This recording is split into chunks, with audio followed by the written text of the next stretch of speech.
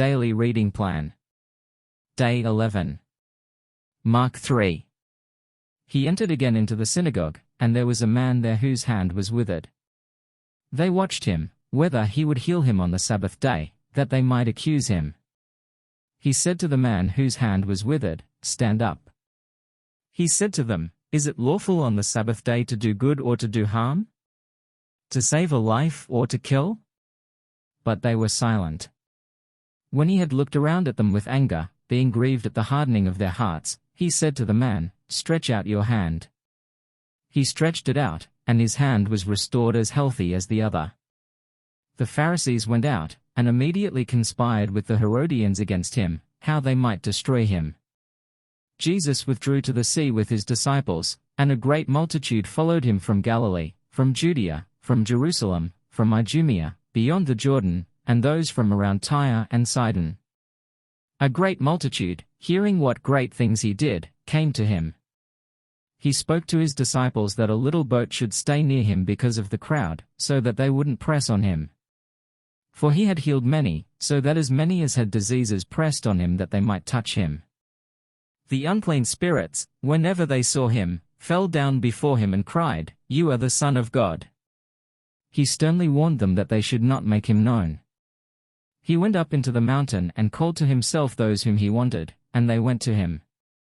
He appointed 12, that they might be with him, and that he might send them out to preach and to have authority to heal sicknesses and to cast out demons: Simon, to whom he gave the name Peter, James the son of Zebedee, and John, the brother of James, whom he called Boanerges, which means, sons of thunder, Andrew, Philip, Bartholomew, Matthew, Thomas, James, the son of Alphaeus, Thaddeus, Simon the Zealot, and Judas Iscariot, who also betrayed him.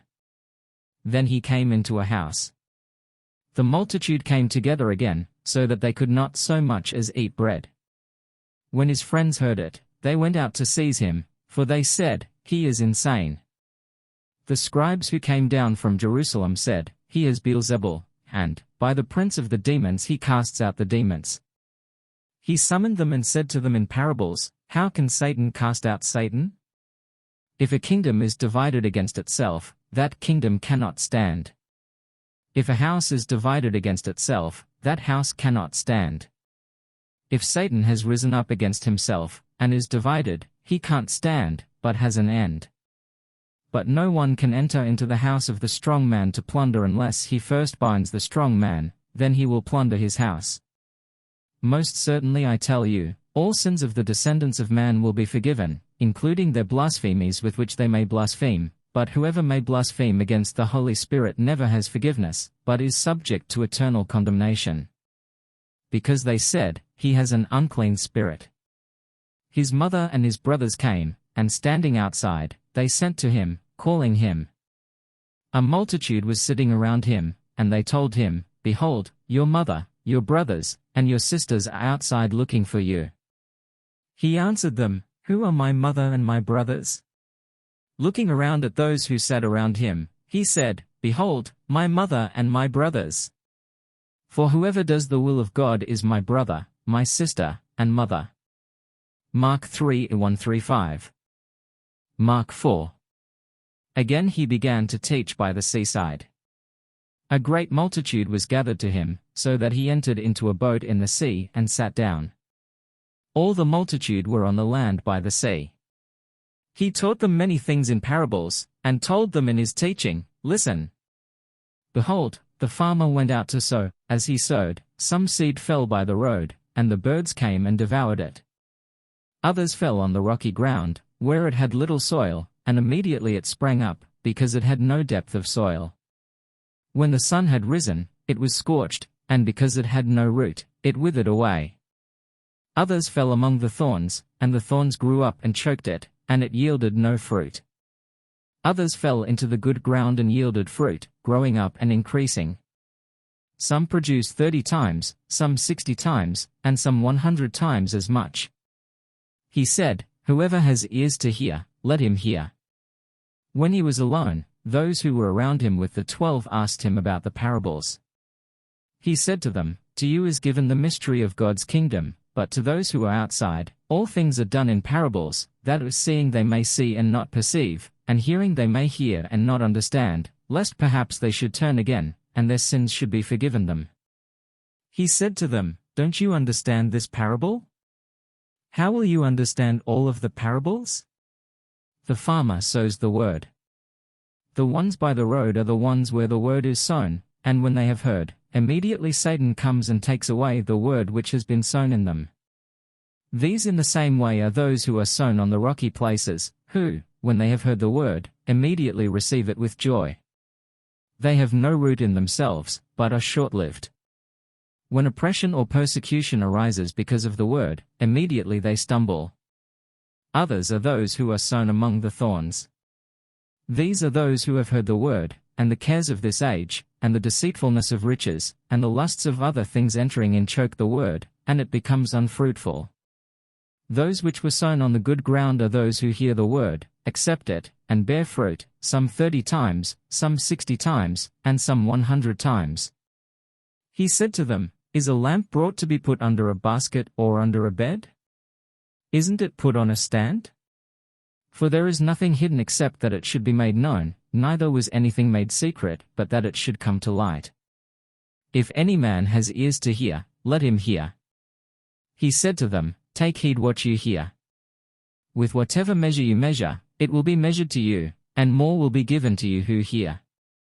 For whoever has, to him more will be given, and he who doesn't have, even that which he has will be taken away from him.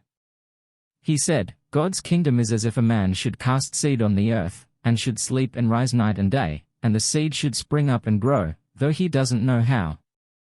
For the earth bears fruit by itself, first the blade, then the ear, then the full grain in the ear. But when the fruit is ripe, immediately he puts in the sickle, because the harvest has come.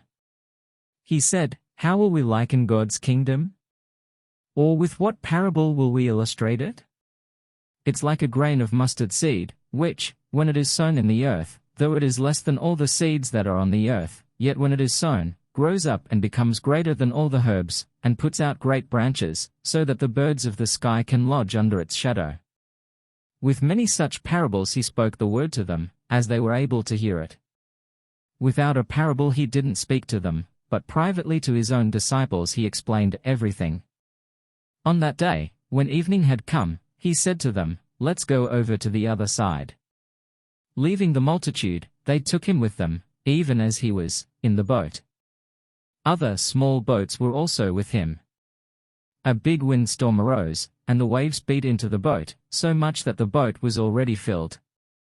He himself was in the stern, asleep on the cushion, and they woke him up and asked him, Teacher, don't you care that we are dying? He awoke and rebuked the wind, and said to the sea, Peace, be still. The wind ceased and there was a great calm. He said to them, Why are you so afraid? How is it that you have no faith? They were greatly afraid and said to one another, Who then is this, that even the wind and the sea obey him? Mark 4:1-41. Mark 5. They came to the other side of the sea, into the country of the Gadarenes. When he had come out of the boat, immediately a man with an unclean spirit met him out of the tombs. He lived in the tombs. Nobody could bind him any more, not even with chains, because he had been often bound with fetters and chains, and the chains had been torn apart by him, and the fetters broken in pieces. Nobody had the strength to tame him. Always, night and day, in the tombs and in the mountains, he was crying out, and cutting himself with stones. When he saw Jesus from afar, he ran and bowed down to him, and crying out with a loud voice, he said, What have I to do with you, Jesus, you Son of the Most High God? I adjure you by God, don't torment me. For he said to him, Come out of the man, you unclean spirit. He asked him, What is your name? He said to him, My name is Legion, for we are many. He begged him much that he would not send them away out of the country. Now on the mountainside there was a great herd of pigs feeding. All the demons begged him, saying, Send us into the pigs, that we may enter into them. At once Jesus gave them permission. The unclean spirits came out and entered into the pigs. The herd of about 2,000 rushed down the steep bank into the sea, and they were drowned in the sea. Those who fed the pigs fled, and told it in the city and in the country. The people came to see what it was that had happened. They came to Jesus, and saw him who had been possessed by demons sitting, clothed, and in his right mind, even him who had the legion, and they were afraid. Those who saw it declared to them what happened to him who was possessed by demons, and about the pigs. They began to beg him to depart from their region. As he was entering into the boat, he who had been possessed by demons begged him that he might be with him. He didn't allow him, but said to him, "Go to your house, to your friends, and tell them what great things the Lord has done for you and how he had mercy on you." He went his way, and began to proclaim in Decapolis how Jesus had done great things for him, and everyone marveled. When Jesus had crossed back over in the boat to the other side, a great multitude was gathered to him, and he was by the sea. Behold, one of the rulers of the synagogue, Jairus by name, came, and seeing him, he fell at his feet and begged him much, saying, "My little daughter is at the point of death. Please come and lay your hands on her, that she may be made healthy, and live." He went with him, and a great multitude followed him, and they pressed upon him on all sides. A certain woman who had a discharge of blood for 12 years, and had suffered many things by many physicians, and had spent all that she had, and was no better, but rather grew worse, having heard the things concerning Jesus, came up behind him in the crowd and touched his clothes. For she said, "If I just touch his clothes, I will be made well." Immediately the flow of her blood was dried up, and she felt in her body that she was healed of her affliction. Immediately Jesus, perceiving in himself that the power had gone out from him, turned around in the crowd and asked, "Who touched my clothes?" His disciples said to him, "You see the multitude pressing against you, and you say, 'Who touched me?'" He looked around to see her who had done this thing. But the woman, fearing and trembling, knowing what had been done to her, came and fell down before him, and told him all the truth. He said to her, "Daughter, your faith has made you well. Go in peace, and be cured of your disease." While he was still speaking, people came from the synagogue ruler's house, saying, "Your daughter is dead. Why bother the teacher any more?" But Jesus, when he heard the message spoken, immediately said to the ruler of the synagogue, "Don't be afraid, only believe." He allowed no one to follow him except Peter, James, and John the brother of James. He came to the synagogue ruler's house, and he saw an uproar, weeping, and great wailing. When he had entered in, he said to them, "Why do you make an uproar and weep? The child is not dead, but is asleep." They ridiculed him. But he, having put them all out, took the father of the child, her mother, and those who were with him, and went in where the child was lying. Taking the child by the hand, he said to her, "Talitha cumi," which means, being interpreted, "Girl, I tell you, get up." Immediately the girl rose up and walked, for she was 12 years old. They were amazed with great amazement. He strictly ordered them that no one should know this, and commanded that something should be given to her to eat. Mark 5:1-3.